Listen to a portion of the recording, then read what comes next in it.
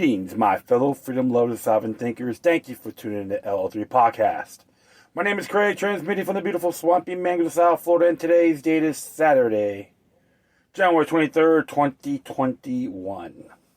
Yeah, so I just went out to a little rally, met some people I haven't seen in a while, and a lot of them were Trump supporters and all that.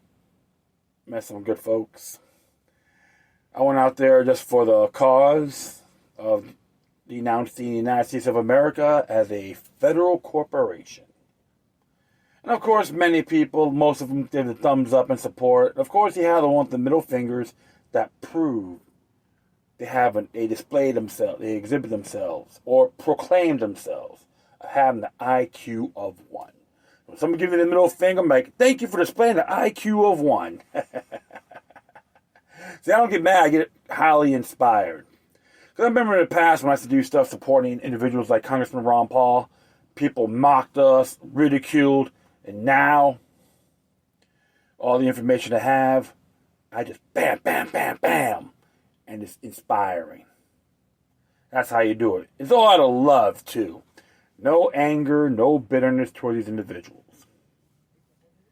And one lesson for sure, what happened was someone had a big Trump flag, Trump 2024, and it got caught by the bus. I told them, always pay attention. Know your boundaries. So props to Gabe, for coming out there, attorneys that ride, and others as well. So I met some good folks. I've seen them around. Some of them I do recall. Network and all that. And like I said, like I told people, look, I have disagreements with Trump's actions too, but it's always the principle. I had to let everyone know that Joe Biden was the first white privileged president in American history. Absolutely. And it was intriguing. A friend of mine sent me a photo of what's her name? Vice President Kamala Harris. And she was wearing actually purple suit, pearls and all that. And it's interesting because when he sent this, there's an interesting thing on the Book of Revelations. And 17:4. And it's interesting. He had the white pearls, all purple. Scarlet color. It says here, and the woman was arrayed in purple and scarlet color, and decked with gold and precious stones and pearls, having a golden cup in her hand, full of abominations and filthiness of her fornication. What's funny, interesting about that, there's a lot of claims on her actions, how she got there. So there's merits to this. It is interesting. What a coincidence, right? And I'm not telling people set in stone, but always pay attention and prepare yourself. And this is why I always I read this stuff. I had to verify it, looked it up. Revelation 17:4, King James version, and it has merit. So I know some people, I posted on Facebook. I'm just wondering some of the comments I may get, but it's okay. Like I tell everybody, nothing's set in stone, but always pay attention. That's the main idea of this geopolitical cesspool we're in. The whole world's in turmoil. I even chat with some of the rallies out there as well, and you're right. The whole world is in turmoil. So when people talk about the one world order and all that, I go, long view, they're gonna fail. We're in the Aquarian age, my friends, and things are starting to escalate with the energies and so forth, vibrations. And of course, you're always going to have the doubtful Thomases, the conformists, the one-dimensional hacks. They're everywhere, regardless. But don't be like them. That's the key. Being in some little Mickey Mouse club is not going to get you respect. Knowledge is liberty, and ignorance is enslavement. We all have our flaws, but we got great powers within us. That's the reason why I went out there. There's some people with their cameras. I see Huey and Dewey's out. It's nothing new. If you believe they're just trying to spy on us, use your cameras and go, how you doing? Give them that taste of their own medicine. It's not that hard at all. I can think the ones I chat with too, and one of the guys wrote down who was part of the Second Amendment group. I encourage him to check out the Florida Constitution, Article 1, Sections 1, 2, 10, 23, and even Section 9. You know, how to fight red flag laws, okay, illegal contracts and all that. People got to know these things. If you just go one way or use the U.S. Constitution on the state level, that's considered incorporation doctrine. And so I always encourage folks to go further, okay? And that's why we got these state constitutions also. Declaration of Rights and Bill of Rights. All you got to do is hit that website. Boom, you'll find it. Technology is great. You got to utilize it well and address it to your attorneys. You want to be strategic. So, and that's what I do admire. People out there are willing to listen, and vice versa, have great dialogues.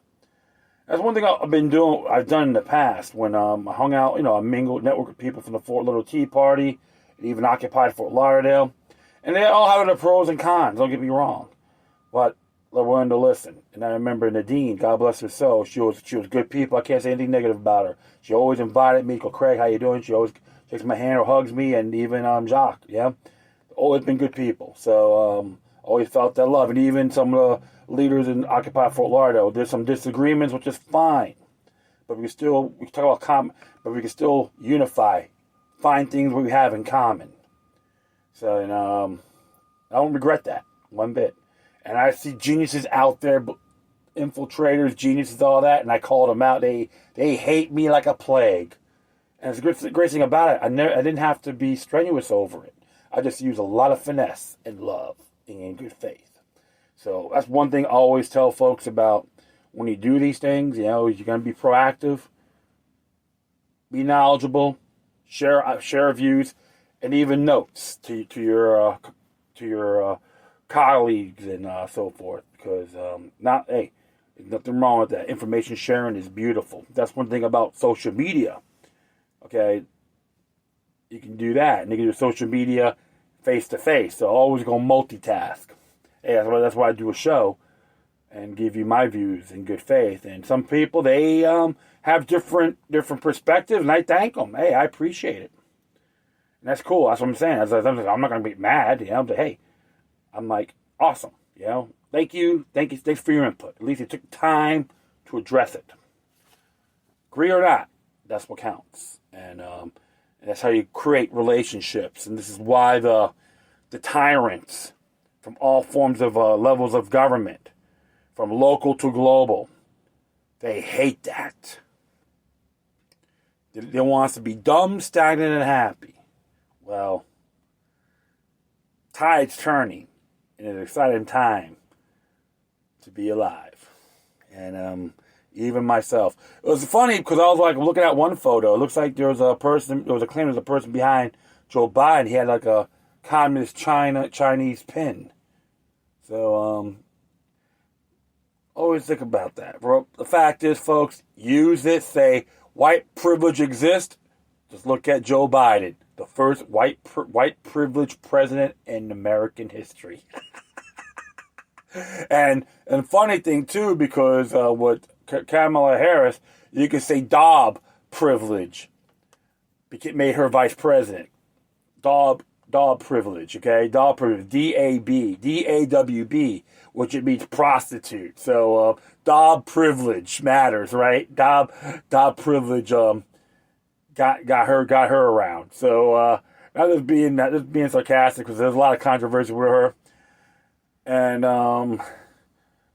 what really dawns on me what really makes me laugh when Joe Biden decides to pick her as his running mate, and it's like Huey and Dewey. They talk about dingbat galore. Man, And don't get me wrong, I'm not wish any of these individuals ill at all. But based on their actions and what they're going to try to pursue in the demented cesspool called DC, they're going to be cursing themselves. It may affect their loved ones. And like I said, not wishing them ill, but that can, based on their practices, tyrannical practices, it can curse. They can curse them, are cursing themselves.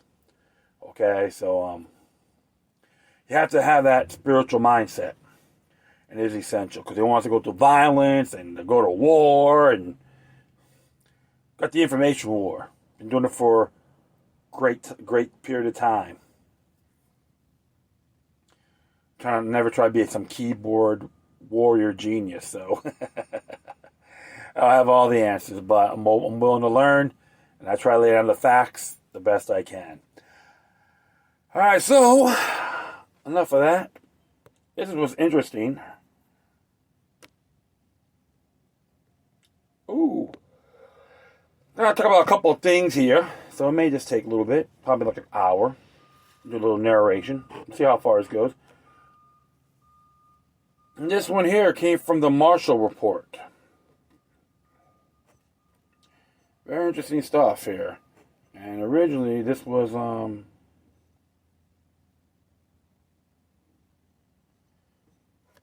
this is written, didn't say who, but there's a lot of good links in here too. It says Hidden History of United States of America Corporations.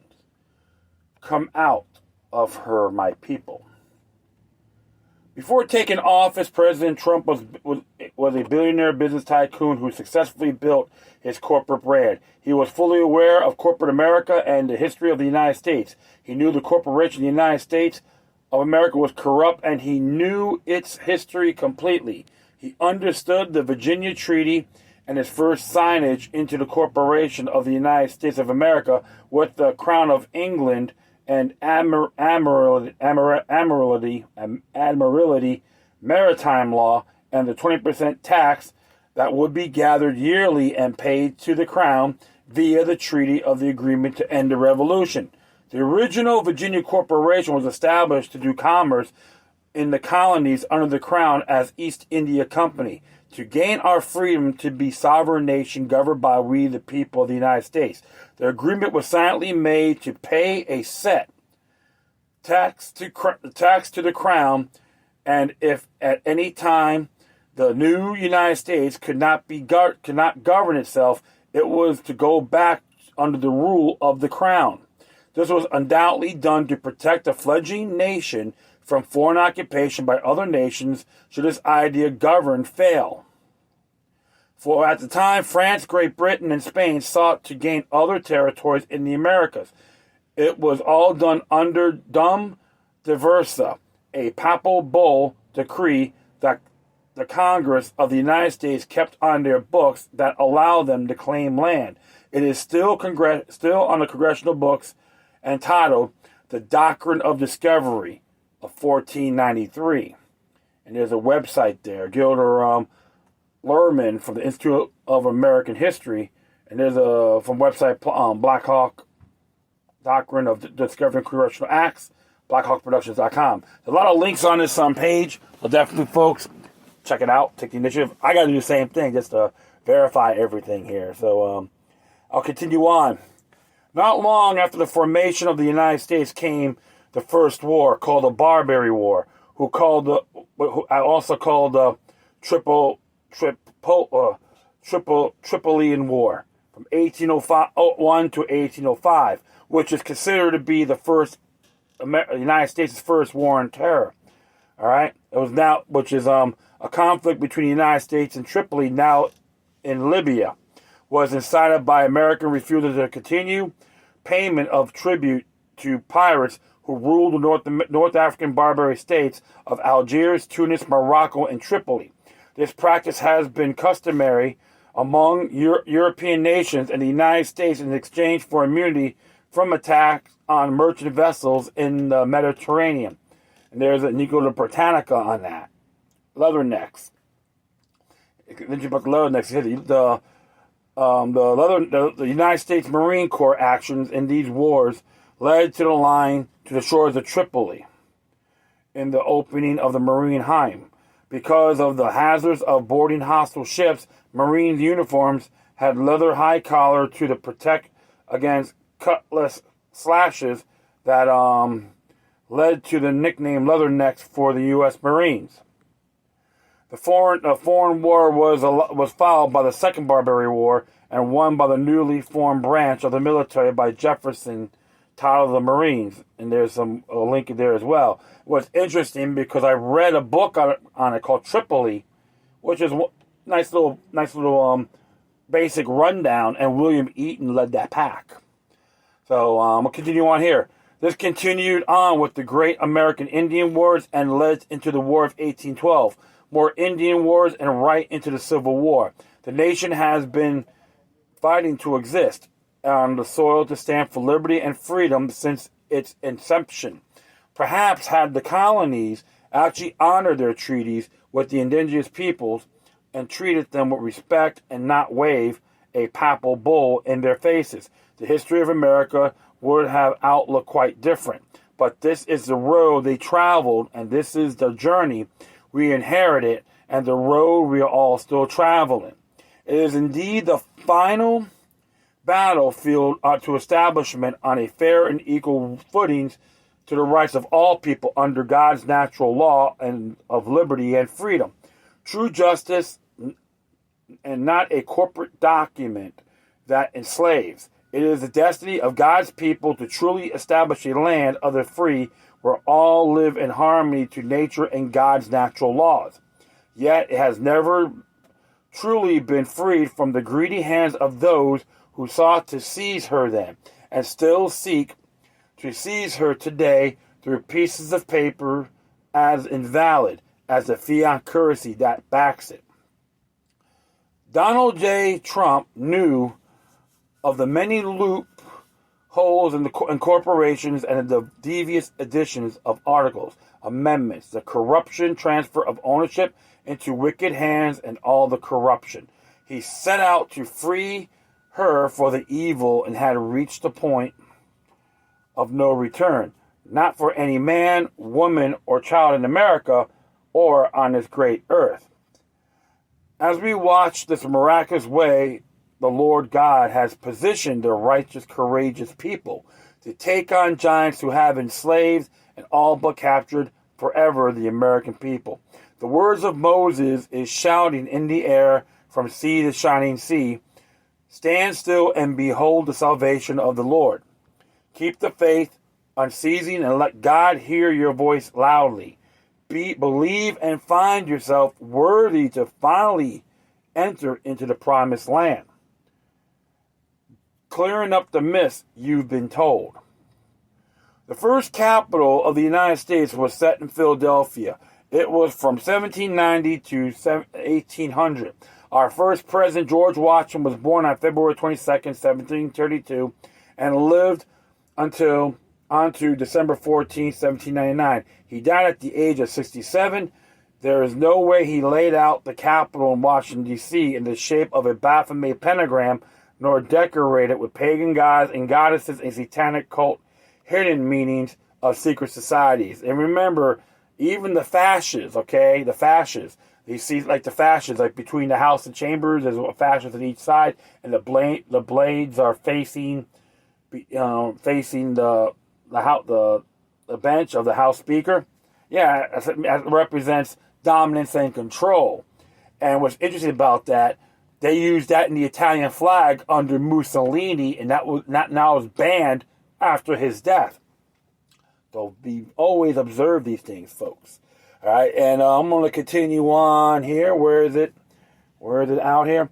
They who say, but our founding fathers were Masons, and blah, blah, blah. Not all Masons are evil, not just as all religions are not Christian-based. Everything under the sun has been infiltrated by wicked people disguised as doing good.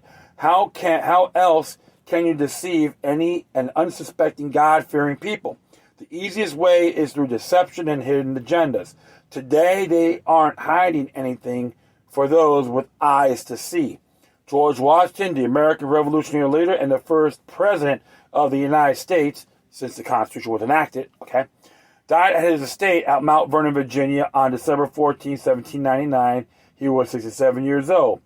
Here is a documentation from Reclaim Democracy explaining how the corporations that govern the United States have been hidden from you and what they have done. Read it, research it further, reveal it, and expose the truth. For it is written that my people perish for lack of knowledge. Be not ignorant of two things, your true history and the word of the Lord. Without both, you fall prey to lies and wicked deceits planned against you. There's an article on here, too. You can look it up. Our Hidden History of Corporations in the United States, reclaimdemocracy.org. Check it out, folks. I got to do the same thing. I have added photos to identify some important images of our history. So, our Hidden History of Corporations in the United States. When American colonists declared independence from England in 1776, they also freed themselves from control by English corporations that extracted their wealth and dominated trade. After fighting a revolution to end this exploitation, our country's founders retained a healthy fear of corporate power and wisely limited corporations exclusively to a business role. Corporations were forbidden from attempting to influence elections, public policies, and other realms of civic society. Now we got lobbyist groups. Can we say conflict of interest? Initially, the privilege of incorporation was granted selectively to enable activities that benefit the public, such as construction of roads or canals. Enabling shareholders to profit was seen as a means to that end. The states also imposed conditions, some of which mean on the books through unused like these. Corporation charters licensed to exist were granted for a limited time and could be revoked promptly for violating laws. Corporations could engage only activities necessary to fulfill their charter purpose. Corporations could not own stock in other corporations nor any own property that was not essential to fulfilling their charter purpose. Corporations were often terminated if they exceeded their authority or caused public harm. Interesting, right? Owners and managers were responsible for criminal acts committed on the job. Corporations cannot make any political or charitable contributions nor spend money to influence lawmaking. Remember the campaign contributions and all that? Nothing more than bribes. And I would encourage folks to go to opensecrets.org, type in certain candidates, you find out who's actually funding these people. My, oh my, That's from both sides. Doesn't matter if they're Democrat, Republican, or even third party. You got to really look at these things. It's unbelievable. For 100 years after the American Revolution, legislators maintained tight control of the corporate chartering process. Because of widespread public opposition, every legislator granted very few corporate charters, and only after debate. Citizens governed corporations by detailing operating conditions, not just in charters, but also in state constitutions and state laws.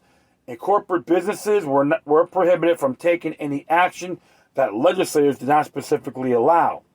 States also limited corporate charters to a set number of years unless legislator renewed an expiring charter.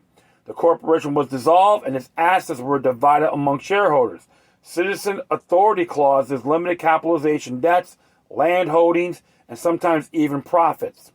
They require a company's accounting book to be turned over to a legislator upon request. The power of the large shareholders was limited by scaled voting, so that large and small investors had equal voting rights. Interlocking directorates were outlawed. Shareholders had to remove directors at will. Had a right to remove directors at will. Sorry about that.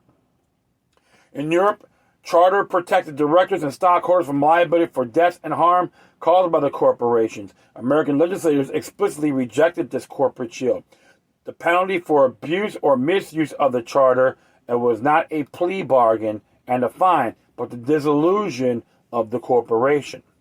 In 1819, the U.S. Supreme Court tried to strip states of the sovereignty right by overruling a lower court's decision that allowed New Hampshire to revoke a charter granted to Dartmouth College by King George III.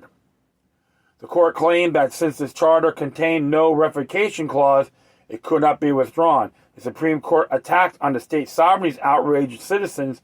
Laws were written or rewritten, and new state constitutional amendments passed to circumvent the Dartmouth College versus Woodward ruling. Over several decades, starting in 1844, 19 states amended their constitutions to make corporate charters subject to alteration or revocation by the legislators. But as late as 1855, it seemed that the Supreme Court had gotten the people's message in the Dodge versus Woolsey. It reaffirmed state powers over artificial bodies. But the men running corporations pressed on. Contests over charters were battles to control labor, resources, community rights, and political sovereignty. More and more frequently, corporations were abusing their charters to become conglomerates and trust. They converted the nation's resources and treasures into private fortunes, creating factory systems and company towns. Political power began flowing to absentee owners rather than community-rooted enterprises. The industrial age forced a nation of farmers to become wage earners, and they become fearful of unemployment, a new fear that corporations quickly learned to exploit. Company towns arose, and blacklists of labor organizers and workers who spoke up for their rights became common. When workers began to organize, industrialists and bankers hired private armies to keep them in line, sometimes by killing key leaders. They brought newspapers to paint businessmen as heroes and shape public opinion. Corporations bought state legislators, then announced legislators were corrupt and said scrutinizing every corporate operation wasted public resources. Government spending during the Civil War bought these corporations fantastic wealth. Corporate executives paid borers to infest Congress and state capitals, bribing elected and appointed officials alike. They pried loose an avalanche of government financial largesse. During this time, legislators were persuaded to give corporations limited liability, decreased citizen authority over them, and extended duration of charters. Attempts were made to keep strong charters law in place, but with the courts applying legal doctrines that made protection of corporations and corporate property the center of constitutional law, citizen sovereignty was undermined. As corporations grew stronger, government and the courts became easier prey. They freely reinterpreted the U.S. Constitution and transformed common law doctrines. One of the most severe blows to citizens' authority arose out of the 1886 Supreme Court case of Santa Clara County versus Southern Pacific Railroad. Though the court did not make a ruling on the question of a corporate personhood, thanks to misleading notes a clerk, the decision subsequently was used as precedent to hold that a corporation was a natural person.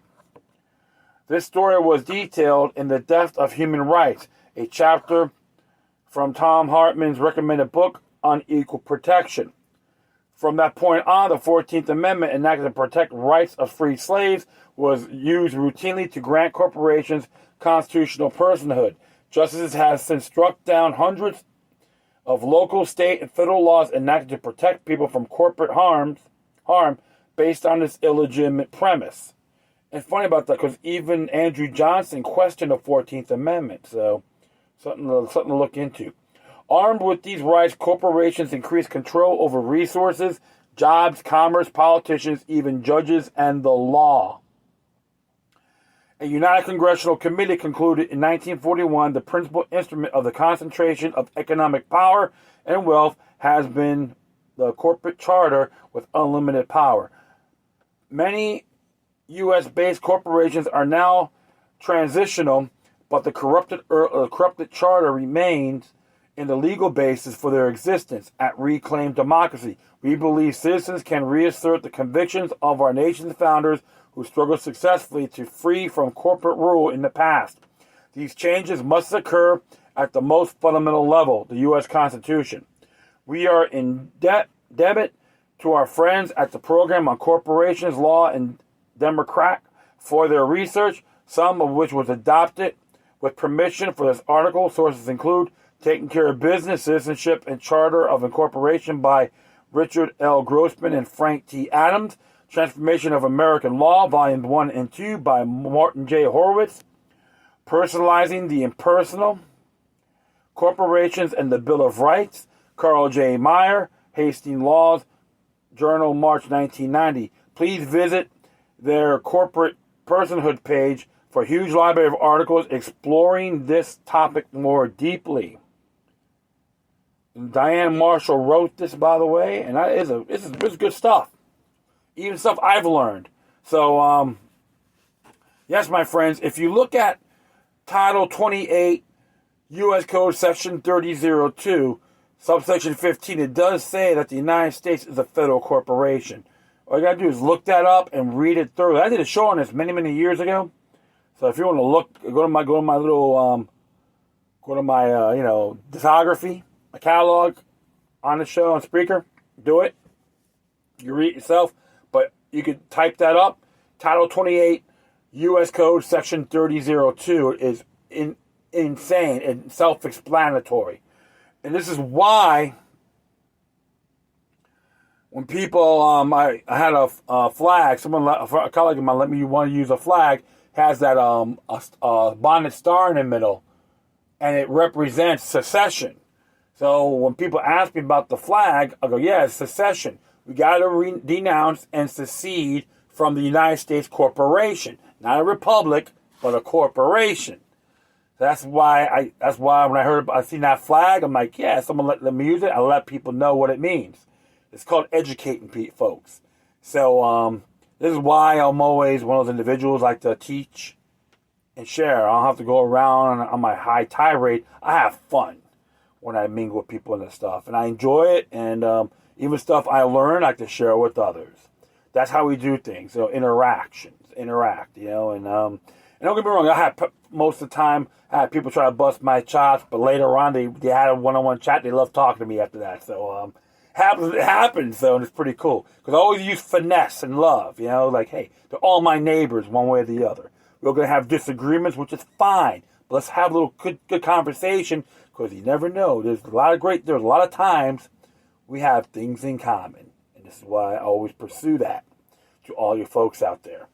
And no, this is really cool. So I'm very pleased narrate this. So and hopefully everyone out there will learn it. Doesn't matter where you're at. Just boom, because it can happen in your areas, even in India and China and Iran, and Israel. So I got folks from around the world, even areas in Africa, like Congo and South Africa. They can learn something from this as well because they may have something that's considered corporations trying to run their country. That's not capitalism. The activists for socialist economies that use capitalism, it's not. That's totally, completely irrelevant.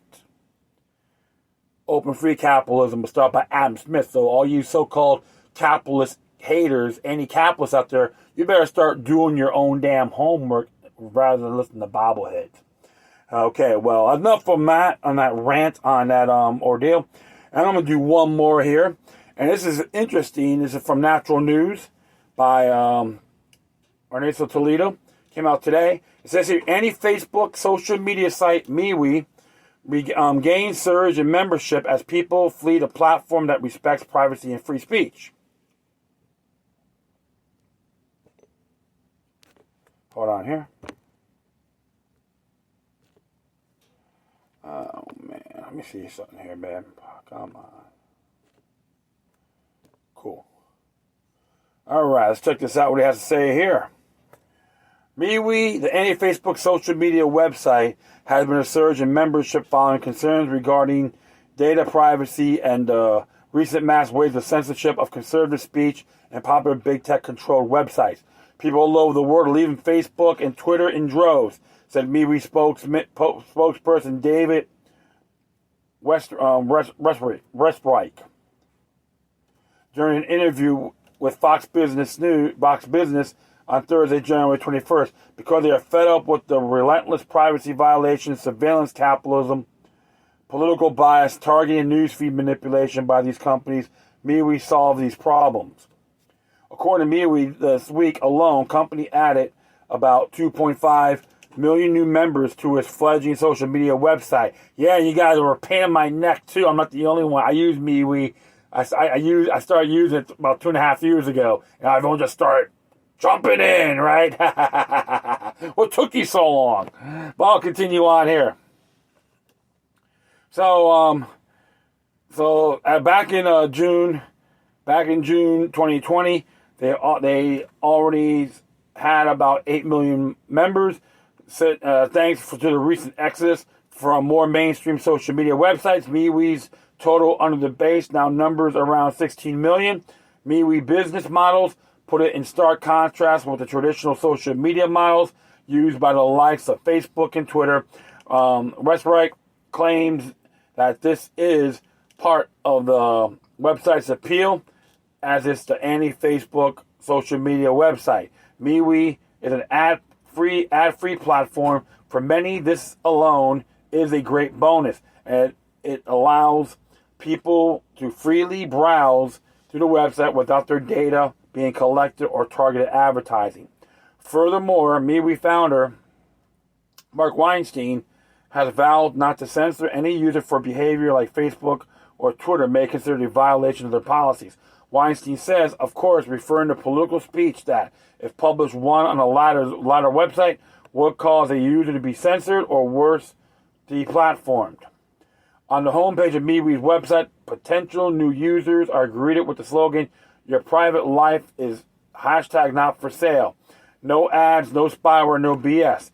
Users are given the opportunity to look through MeWe's privacy Bill of Rights, which state that the platform is never going to manipulate, filter, or change the order which the content goes through a user's newsfeed. The company has also pledged never use facial recognition technology. Furthermore, while the company stresses the primacy of free speech, the website terms of services prohibits users from posting content that's considered to be hateful, threatening, harmful, or incite violence.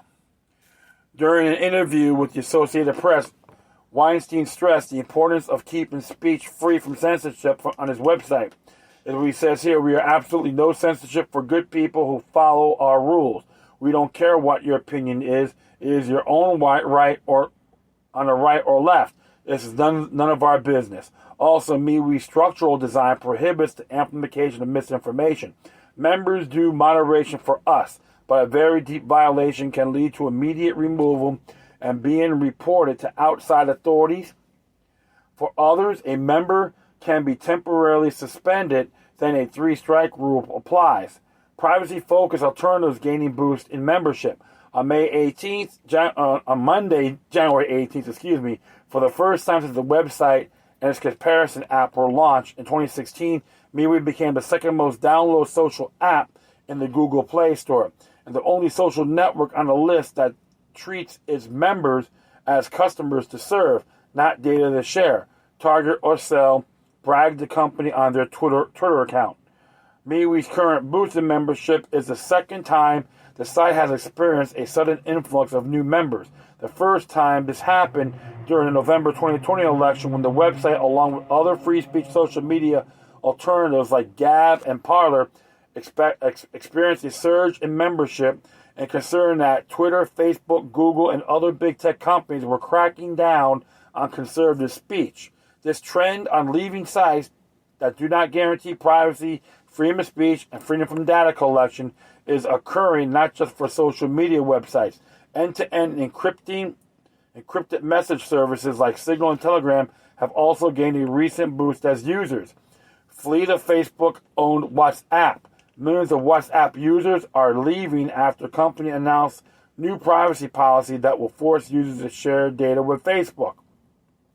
Even the search engine DuckDuckGo, which has placed an emphasis on not tracking what people search and making sure everybody gets the same search results, has experienced an increase in traffic to its website. The company has said it has seen a 62% increase in site visits in recent weeks as users flee from Google, Yahoo, and Bing. And that's good because I've been using DuckDuckGo, about 7-8 years, I would say. Yeah, that's good. I'm glad people are using it. People are coming to us because they want more privacy, and it's generally spreading through word of mouth, said DuckDuckGo Vice President for Communications, Kamal Babaz. People are looking for alternatives to the surveillance tech business model. We've seen this happen before, he added. When a high-profile privacy issue is exposed, we generally see an increase in use. Learn more about MeWe and other privacy and free speech focused alternatives are standing up to big tech censorship and data theft by reading the latest articles at techgiants.news. And of course sources, Epoch Times, USA Today, AP News, and Twitter. I'm very pleased about this, folks. Decentralization is the way to go. And I'll be very frank, because even with Facebook and Twitter, and we all had our experiences, trial and errors and all that, but I always take the initiative of, hey, let's see what else is out there. And I use Start Page. I should do Start Page. And I do it once in a while. And I've seen DuckDuckGo. I gave that a shot. There's a lot more decentralized pro-privacy search engines out there. And that's awesome. That's why I tell people, the big techs need us because more we need them. So that's why with Facebook and Twitter, I always utilize spread out information. And I know how it is being censored, fact-checked, and all that. I'm not surprised at all. And even the past purging, for Mike Adams, Alex Jones, now David Icke, and even natural sites, remedies, alternative media are being shadow banned from these big techs. It's nothing new. And what happened was, of course, when Trump got censored, some of these idiots were laughing. I go, yeah, if it happens to you, don't you cry to me. If you come crying to me about it, I'm going to smack you. All right? And I say that out of principle. I will smack you. So if you laugh and it happens to you, don't complain. But I encourage everyone to go for these alternative website, social media sites and all that. There's a lot of great amount of them out there. And I know OneWorld.social, they're trying to get things going. And I know Parler, they're trying to get this. Hopefully they'll be coming back around, after the end of the month. All right, but Gab and MeWe and all that, yeah, I do like them, and I started to use a little bit more. I was like a lone ranger, and now everyone started interacting. So yeah, it takes time. I always gotta be patient. So I'm having a great time doing this because, like I said, my friends, we're like cockroaches. They can't kill us all or censor us all. So that's why I'm happy about this. Everything's backfiring in due time. And of course, we were hearing stories a couple years ago about the father of the internet. Is going to start to have a system that will be our own servers we can control. That will drive those big companies crazy. You know what? I'm loving every minute of it. So, and you know what? That would be it. I'd like to thank everyone for listening. Plus, feel free to download and share us throughout your social media networks. If you have any questions, comments, or something that's interesting you want to check out, whatever you do, please send your correspondence to Decorum. Furthermore, I'll leave the footnotes of these articles on my speaker page. And if you want to email me, you can hit me at LokiLuck3 at LokiLuckNumbers03. Sorry, folks. At protonmail.com. Or if you want to donate, you could hit me at paypal.me or cash.app/LokiLuck3. Support natural news, these social media sites, and even, Harrison Report, like always, Marshall Report, excuse me, is awesome. So always got share them, share their stuff, donate to them if you can. It would be greatly appreciated. Remember, it's never been for the money, but the principle. Once again, thank you for your time. Plus, always remember that demoniac resistance is healthy for the soul and can liberate humanity. Until next time, take care of yourselves. Keep on spreading the love. And may your guardian spirits be with you.